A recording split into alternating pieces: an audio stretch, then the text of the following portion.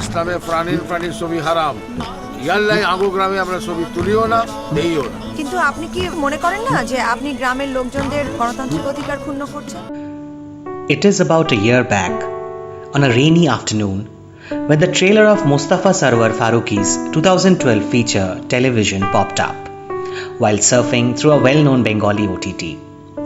The visuals of a giant hollow television set in the middle of a barren ground immediately caught our attention, and the IMDb summary about a local community's resistance to any kind of image or imagination under Chairman Amin seemed to be highly intriguing. We had to watch Television and thereby discover a new voice in Bangla cinema, a voice from the other Bengal, Bangladesh. And after a few more months of exploration through Farooqi's filmography, we had a new favorite among the contemporary masters of Asian cinema. An artist whose originality and rootedness brings back the essence of Bengaliness to world cinema after a long gap. We had to talk about the cinema of Mustafa Sarwar Farooqi, share with you all his brilliance. In case you are yet to watch his films, more so now as, ladies and gentlemen, Farooqi's first attempt at web series is releasing on ZEE5 this 9th July, which we are eagerly waiting for. So here's Filmkopath's attempt to look back at Mustafa Sarwar Farooqi's cinema, analyzing his earlier films and trying to understand his themes, motives and philosophy, so as to warm you up for ladies and gentlemen all the more. Before getting soaked into the poetry of this visionary filmmaker, here's once more requesting you to support our channel through your likes, shares and subscriptions to keep us motivated and bring you more content like this. Thanks for letting us grow till here.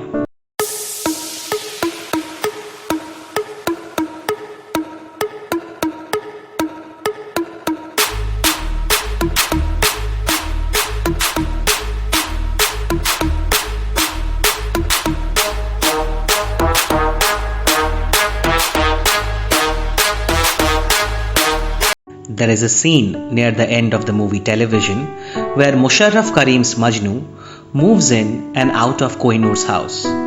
Kohinoor, played by the amazingly talented Nusrat Imroz Disha, is the fiancé of Soleiman, Majnu's master at work, and someone higher up in the societal structure.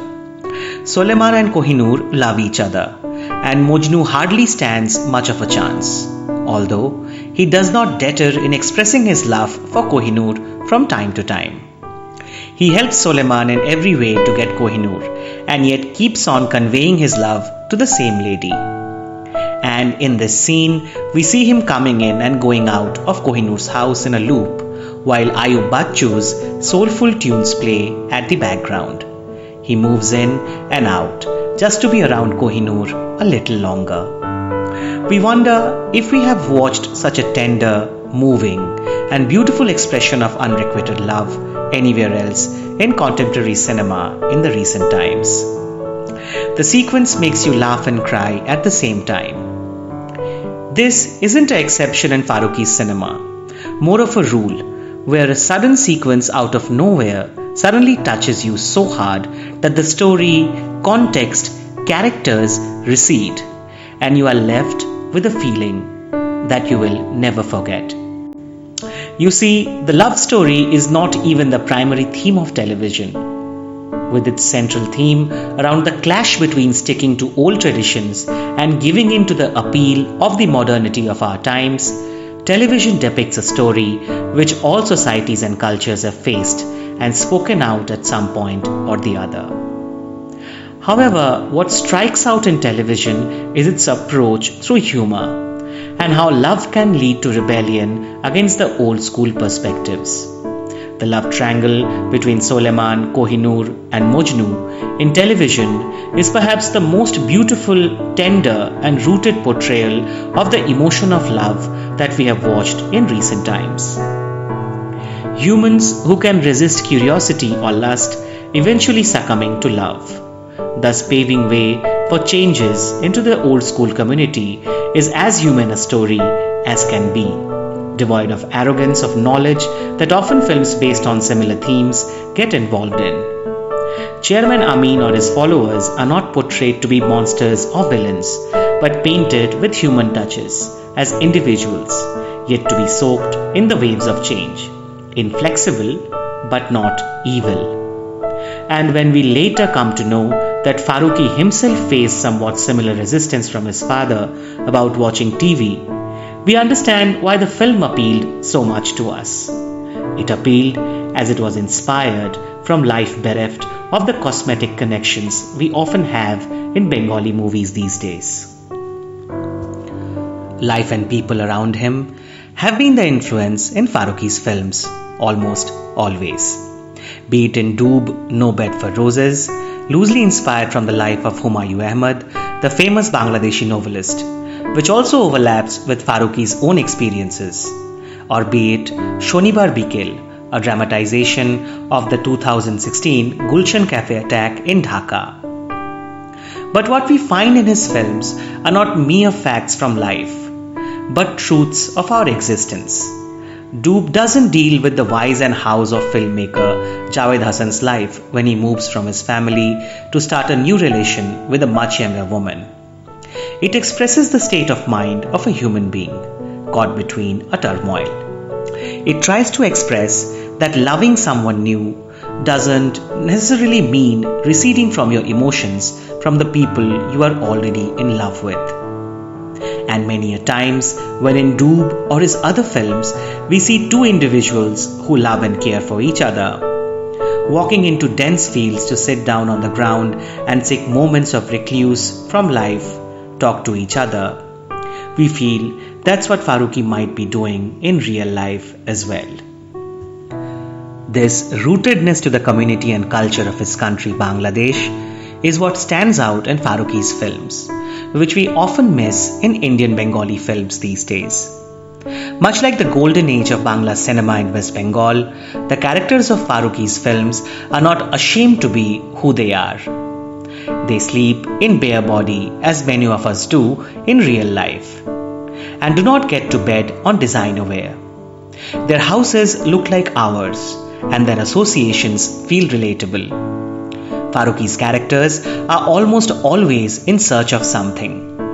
In search of a job and home, as in third person singular number, or made in Bangladesh. In search for emotional companionship, as in Piprabidda.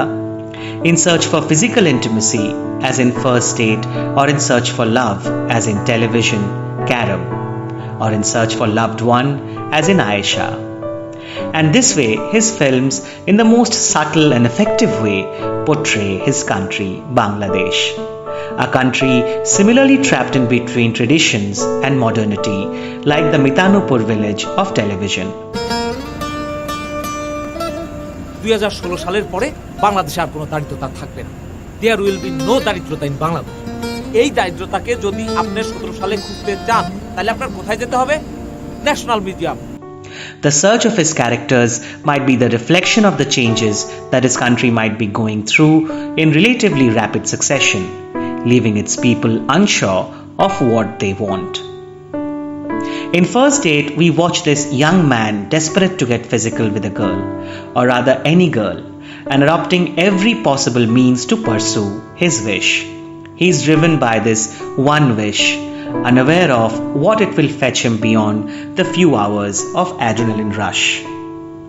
Farooqui, who laments upon the limitations of old school rule books and television, also satirizes how certain fake sense of modernization and liberty might be consuming our youth in First Date. And yet, our hero in First Date is not completely detached from his traditions. While his day is consumed in tracking girls and mobile phones, he is incapable of raising any voice against his traditional no-nonsense father, as was Chanchal Chaudhary's Soleiman in television across the length of the film till he rebels at the very end. And when we watch our protagonist in First Date becoming a replica of many other similar young men of the country, all waiting in search for their first dates, Farooqi's story of one character becomes a tale of one generation. Stories which might well turn as ballads of tomorrow, folk tales of the future, as these beautiful paintings suggest. much like the way our pasts were also captured. Such loops keep on coming back in Farooqi's films. Majnu keeps on coming back to Kohinoor. Shafiqul gets close to Beauty in Karam, only to lose her, and loses her only to get her back again.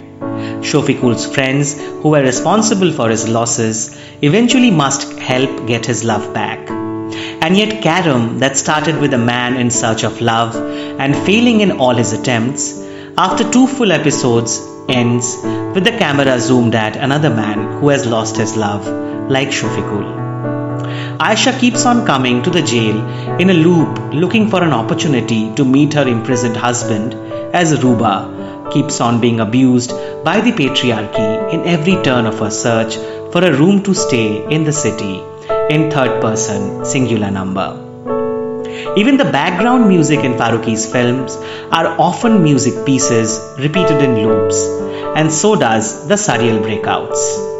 These loops in Farooqi's cinema advocate deep-seated philosophies of our existence, which transcend the limits of one story and one film and start talking to each other. The characters get connected through their continuous search for love and their unique love for imagination. And while we mention imagination, we must talk about Pipra Vidda, our favorite Farooqi film. In Pipra Vidda, imagination turns into self-illusion for Mithu, who starts believing and living the lies he previously used to make his ends meet. The film becomes a fierce commentary on our times of fake marketing, outward appearances, social media, and at its core attempts to find out how his country Bangladesh is dealing with these new beasts.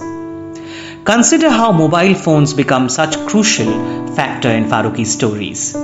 First Date, television, and of course Pipra Vidda, as if it has become the currency of the new generation. The helplessness of Mithu with his perverted dreams and lookout for respect and validation from others feels so similar to Amin Chairman's failing attempts to stick onto his rule books on the face of change.